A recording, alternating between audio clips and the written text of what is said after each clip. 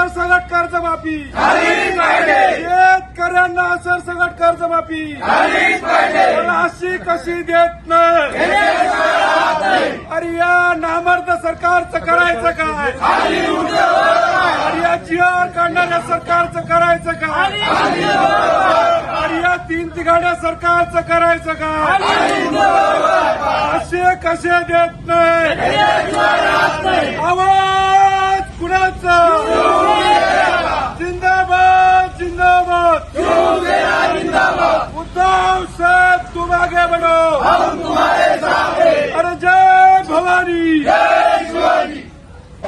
चिखली शिवसेना बुलढाणा जिल्हा युवा सेनेच्या वतीनं या ठिकाणी चिखली तहसीलवर डफडे बजाव आंदोलन करून या शासनाला जाग नाही त्याला जागी करण्यासाठी या ठिकाणी सगळे शिवसेनेचे पदाधिकारी व सर्व शेतकरी या ठिकाणी उपस्थित झाले.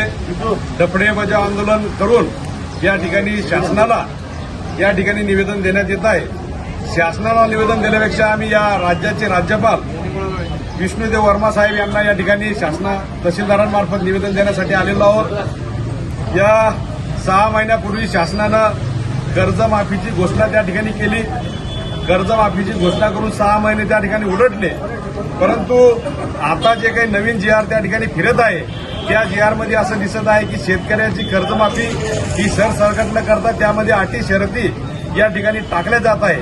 म्हणून शिवसेना पक्षप्रमुख महाराष्ट्राचे भाग्यविधाते माजी मुख्यमंत्री उद्धव साहेब ठाकरे यांच्याप्रमाणे कर्जमाफी त्या ठिकाणी करावी, कर्जमुक्ती करावी या ठिकाणी शिवसेनेच्या वतीनं आम्ही आज तहसीलदार साहेबांना निवेदन देण्यासाठी या ठिकाणी आलेलो आहोत.